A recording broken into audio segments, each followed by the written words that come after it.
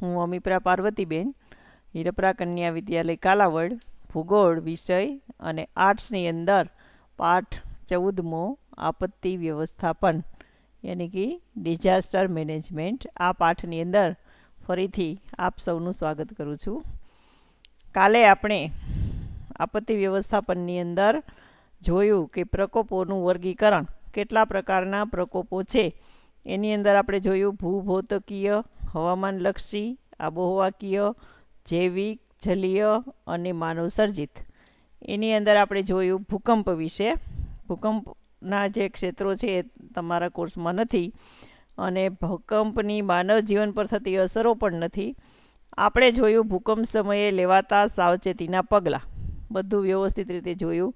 પછી જોયું ભૂકંપ ધ્રુજારી બંધ થયા પછી લેવાના પગલાં. આગળ આપણે પાઠની અંદર જોશું તો બીજો જે આપત્તિ છે એ છે જ્વાળામુખી પ્રસ્ફોટન. એ પણ અત્યારે તમારા કોર્સની અંદર નથી. અને ભૂસ્ખલન છે અને ભૂસ્ખલનના કારણો છે એ પણ તમારા કોર્સની અંદર નથી. તો હવે આપણે આગળ જોશું હિમપ્રપાત. હિમાલયમાં ઘણી વખત પ્રપાત થવાથી ખૂબ જ નુકસાન થાય છે. પૃથ્વી પર હિમાચ્છાદિત ક્ષેત્રો કે ઉત્તુંગ પર્વતીય વિસ્તારોમાં, હિમાચ્છાદિત ક્ષેત્રોમાં આ ઘટના ક્વચિત અનુભવાય છે. ક્વચિત એટલે કે ક્યારેક. મુખ્યત્વે ભૂસંચલન ક્રિયા, બરફ પર રમાતી સ્કીનિંગ જેવી રમતો, સાહસિક પ્રવાસના પ્રવૃત્તિના સંદર્ભમાં થતું પર્વતારોહણ, ક્વચિત પુષ્કળ હિમવૃષ્ટિના દબાણ થકી હિમપ્રપાત ઘટના સર્જાતી હોય છે. કેટલીક વાર પર્વતારોહકો આ ઘટનાનો ભોગ બનતા હોય છે. મર્યાદિત ક્ષેત્ર પૂરતી આ પ્રાકૃતિક અને માનવ સર્જિત ઘટના થકી જાનહાનિ થાય છે. આપણે હિમાલય જેવા ક્ષેત્રની અંદર રહેતા નથી, ગુજરાતના સૂકા વાતાવરણમાં રહીએ છીએ, ત્યારે આ ઘટના કેવી રીતે બને એનો આપણને ઓછો ખ્યાલ હોય છે. પણ તમે બાળકો છાપાઓની અંદર અવારનવાર વાંચતા હશો કે હિમપ્રપાતને કારણે આટલા લોકો દટાયા, અથવા તો આપણા આટલા સૈનિકો છે એ દટાયા, અથવા તો પર્વતારોહકો છે એ દટાયા.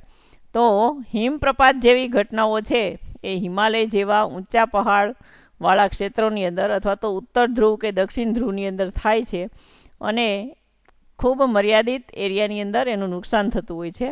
પર્વતારોહકો પર્વત ચડતા હોય ત્યારે ક્યારેક આવી ઘટનાઓ બને છે. આપણું લશ્કર, તમે જાણો જ છો કે લેહ અને કાશ્મીરની અંદર, ઉત્તરાચલની અંદર, ખૂબ જ બર્ફીલા પહાડોની અંદર પોતાની ફરજ છે એ બજાવે છે, આપણું રક્ષણ કરે છે. ત્યારે ઘણા બધા સૈનિકો છે આ હિમપ્રપાતનો ભોગ બનતા હોય છે. અને ક્યારેક ક્યારેક ત્યાં રહેતા લોકો પણ એનો ભોગ છે બનતા હોય છે. હવે હિમપ્રપાત સમયે કેવા સાવચેતીના પગલાં લેવા જોઈએ? તો હિમાચ્છાદિત ક્ષેત્રોમાંથી પસાર થતી વખતે વહીવટીતંત્ર દ્વારા અપાયેલી સૂચનાઓનો અમલ કરો. જો તમે ફરવા ગયા હો અને મનાલી છે કે કુલુ છે કે શિમલા છે એની અંદર બરફ છવાયેલો હોય અને એ ક્ષેત્રમાંથી જ્યારે પસાર થવાનું થાય તો એનું વહીવટીતંત્ર છે એને સૂચનાઓ આપેલી હોય છે. તો એ ગાઈડલાઈન પ્રમાણે આપણે વર્તન કરવું જોઈએ. હિમાચ્છાદિત ક્ષેત્રોમાં જ્યારે તોફાની પવન કે ભારે વૃષ્ટિ થતી હોય ત્યારે ત્યાં જવાનું ટાળો, કારણ કે બરફવર્ષા છે એ મેજોરિટી ત્યાં શિયાળાની અંદર થતી હોય છે. તો બરફવર્ષા જ્યારે થતી હોય ત્યારે હિમપ્રપાત થવાનું ઘણીવાર સંભવ બને છે. તો એવા વિસ્તારોની અંદર જવાનું ટાળવું જોઈએ. હિમાચ્છાદિત ક્ષેત્રોમાંથી પસાર થવાનું હોય ત્યારે સાવચેતીના પગલાં રૂપે જીવન જરૂરિયાતની ચીજો સાથે રાખવી જોઈએ. દવાઓ છે અને અન્ય જીવન જરૂરિયાતની વસ્તુઓ જો આપણે સાથે રાખીએ તો બચવાની શક્યતાઓ ઘણી બધી છે. હવે એવું જ એક કુદરતી આપત્તિ છે સાયક્લોન એટલે કે ચક્રવાત. અત્યારે જો તમે છાપામાં વાંચો તો દક્ષિણ ભારતનો જે કોરોમંડલ વિસ્તાર છે એની અંદર ગતિ નામનું વાવાઝોડું છે એ સક્રિય થયું છે. ગુજરાતને કદાચ ઓછું અસર કરશે, પણ તેનો જે દરિયાકાંઠો છે ત્યાંના લોકોને સાવચેત કરી દેવામાં આવ્યા છે. તો આ ચક્રવાત છે એ પણ એક ખૂબ મોટી કુદરતી આફત છે. ચક્રવાત એ વિશિષ્ટ પ્રકારનો હવામાનલક્ષી પ્રકોપ છે.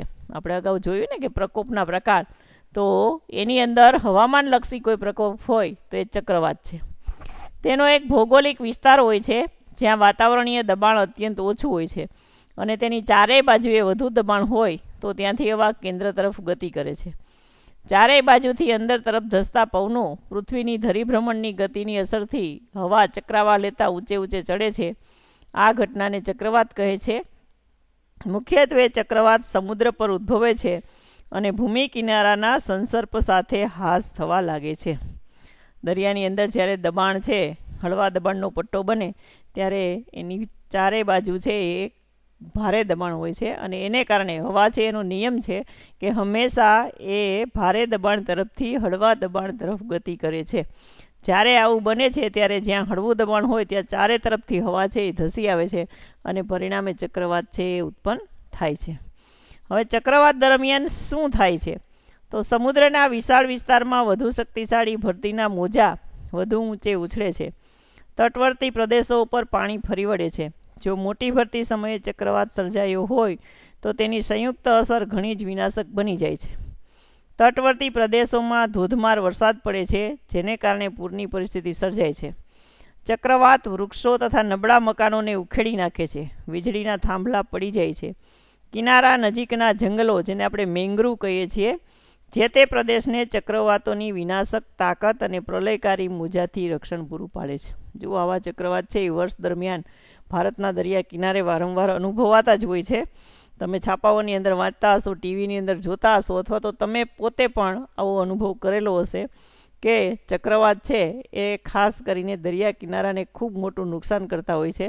ચક્રવાતની સાથે સાથે ભારેથી અતિ ભારે વરસાદ પડતો હોય છે, જેને કારણે પૂરની પરિસ્થિતિ પણ સર્જાય છે અને દરિયા ખેડૂઓ, માછીમારો છે અને દરિયાકાંઠે રહેતા લોકો અને ત્યાંનો જે વૃક્ષો છે એને ખૂબ મોટું નુકસાન પહોંચાડે છે.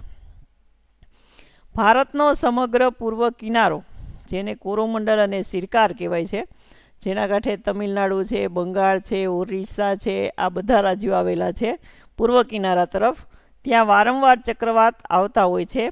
તેવા રાજ્યોમાં પશ્ચિમ બંગાળ, આંધ્રપ્રદેશ, ઓરિસ્સા અને તમિલનાડુ મુખ્ય છે.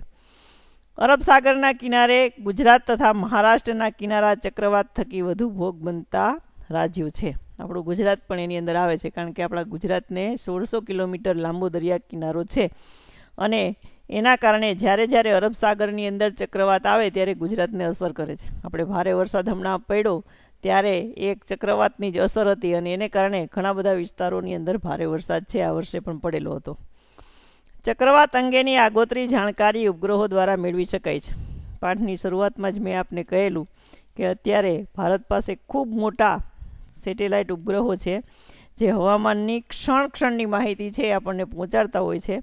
એટલે જ્યારે દરિયાની અંદર ચક્રવાત ઊભો થાય એ ક્યાં છે, કેટલી એની ઝડપ છે, એની સાથે વરસાદ, પવન છે, એ બધું કેવું છે એની માહિતી છે એ ઉપગ્રહ સતત આપણને આપતું હોય છે.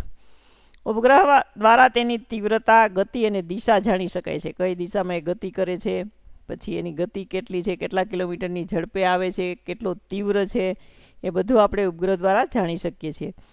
તેને આધારે ચોક્કસ વિસ્તારના જનસમુદાયના રક્ષણ અંગેની જરૂરી કાર્યવાહી હાથ ધરી શકાય છે. ફેલિન નામના ચક્રવાતની આગાહી થકી અગાઉથી જ ઘણા લોકોનું સ્થળાંતર કરવાનું શક્ય બન્યું હતું. આ માટે ભારતીય હવામાન કચેરી કાર્યરત રહે છે. દેશભરમાં 10 સ્થળે સાયક્લોનિક ડિરેક્શન રડાર ગોઠવેલા છે. ઇનસેટ ઉપગ્રહ આ ડિટેક્શન રડાર કેન્દ્રો દ્વારા ચક્રવાત અંગેની લગભગ સચોટ માહિતી સતત મળતી રહે છે, જેના દ્વારા આપણે ટીવી જોઈ શકીએ છીએ, નેટનો ઉપયોગ કરી શકીએ છીએ, રેડિયો સાંભળી શકીએ છીએ. આ બધા માટેનો સંચાર ઉપગ્રહ છે ઇનસેટ 1B.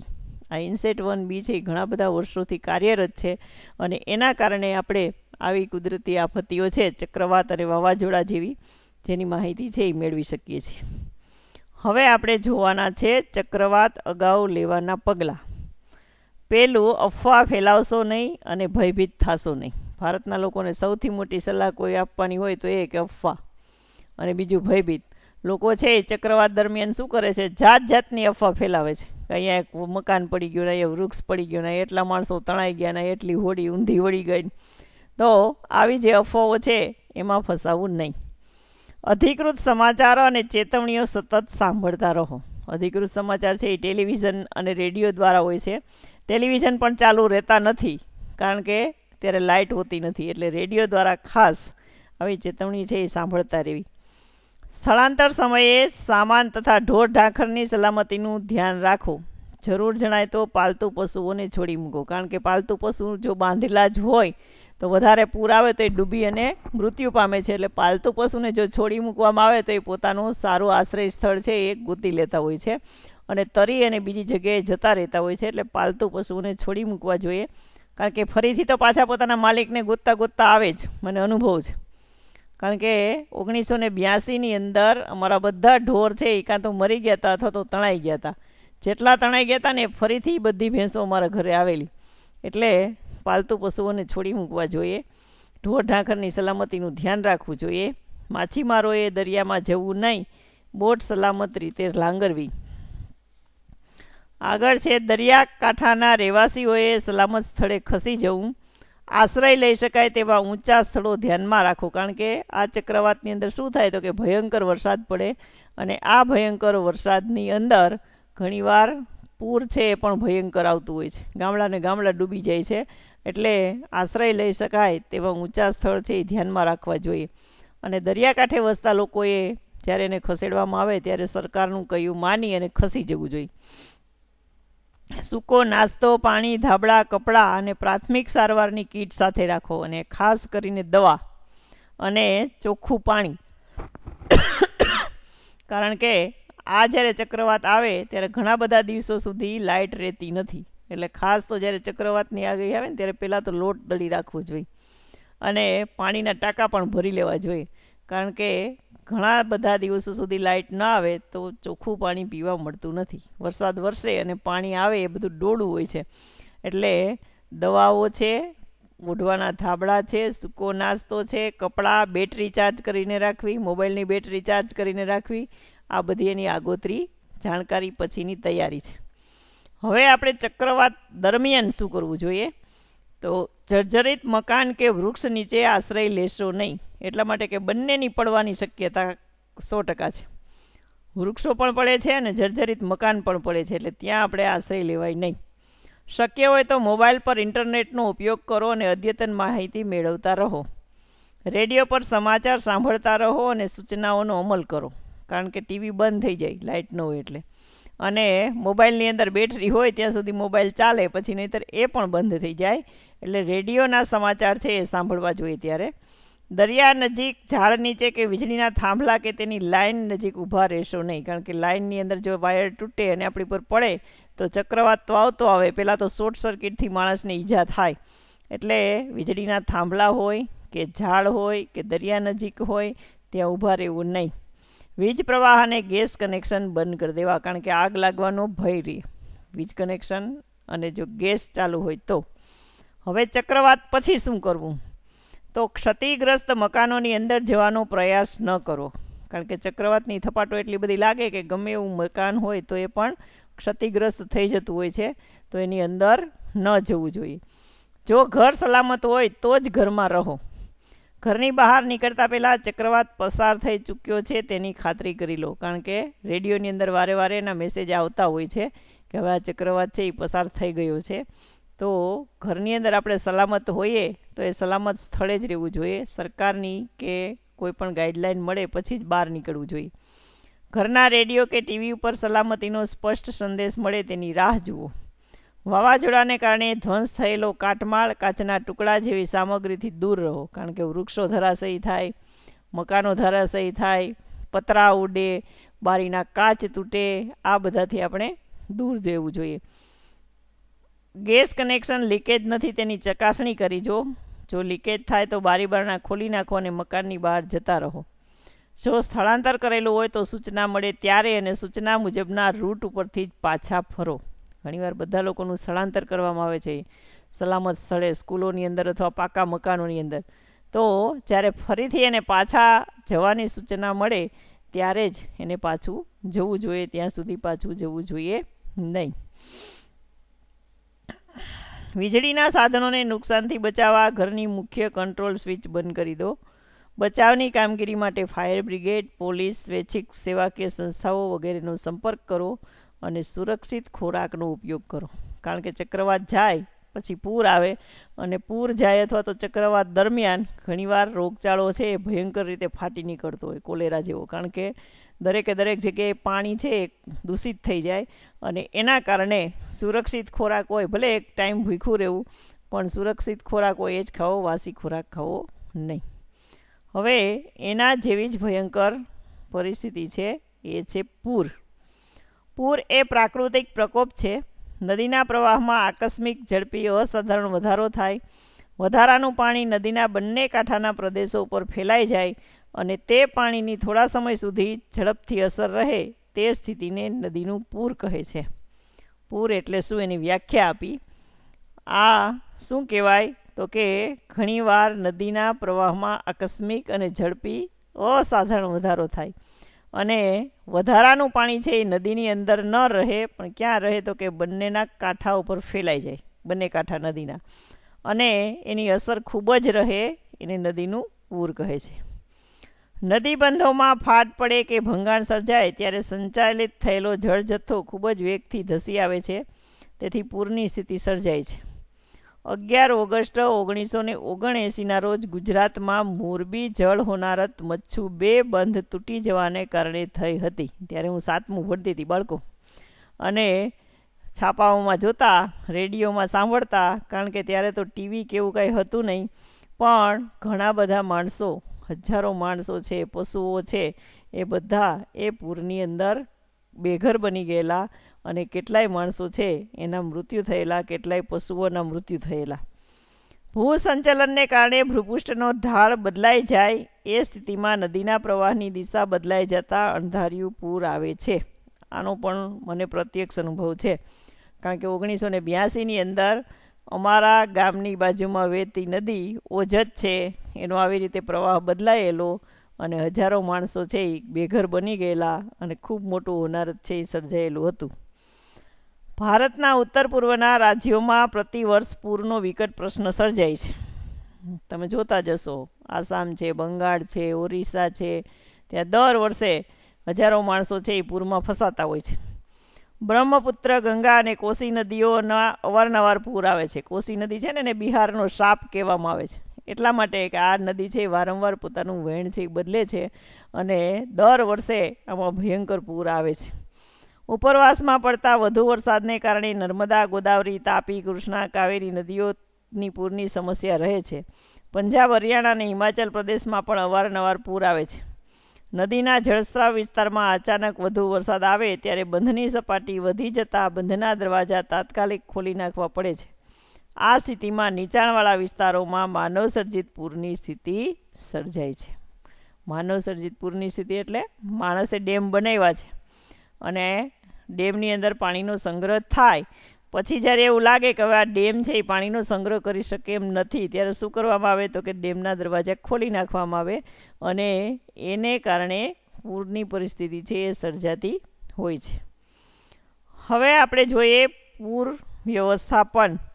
આ કુદરતી પ્રકોપ છે, પણ આપણે તેને સ્થાનિક ક્ષેત્રે આપણીથી આપત્તિ બનતી અટકાવી શકીએ છીએ. જે તે રાજ્ય અને કેન્દ્રની સરકાર દ્વારા તે માટે ડિઝાસ્ટર મેનેજમેન્ટ ટીમ, જેને કહેવાય DMT, તમે ટીવીની અંદર જોતા હશો, એની પાસે બોટ હોય, ખાસ પ્રકારનો એનો પહેરવેશ હોય, પછી બોટને ચલાવવા માટે હોશિયાર તરવૈયા હોય, અને જ્યાં જ્યાં જરૂર હોય ત્યારે ચોમાસામાં આ DMTની તૈયાર ટીમ છે એ આવતી હોય છે. આ ટીમને પૂર સમયે થતી બચાવ રાહતની કામગીરી અંગેનું પ્રશિક્ષણ આપવામાં આવેલું હોય છે. સામાન્ય માનવીએ તેમાંથી કેટલીક પ્રાથમિક જાણકારી મેળવવી જરૂરી છે. આ જાણકારી નીચે મુજબ છે.